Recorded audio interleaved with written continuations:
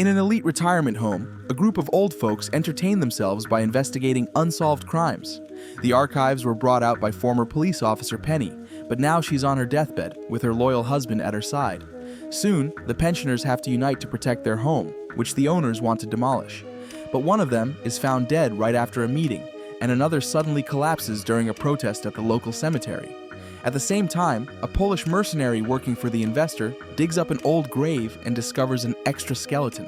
This is witnessed by the elderly Elizabeth, the owner of a flashy car and a former spy. The next morning, she receives a warning hidden in a bouquet. The seniors find an informant, a young constable girl. The silver-haired eccentrics stage a whole performance to get what they want, and they discover that there is a third co-owner of the nursing home. The suspect is the son of former union leader Ron. He is a well-known boxer. With the help of his father and his father's friends, he manages to avoid charges. But the inspector is furious at the persistence of these crazy old people, who even show up at the station with a rum-soaked cake. The bones in the grave are identified as a guy from one of the cold cases the old folks had studied. Elizabeth tracks down the third co-owner and convinces him to sell the nursing home to the daughter of one of the residents.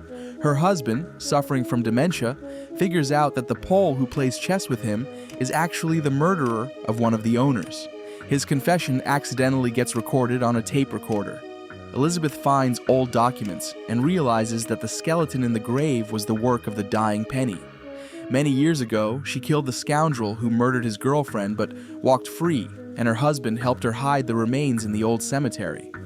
And it was her husband who killed the second investor, injecting him with a fatal drug in the crowd.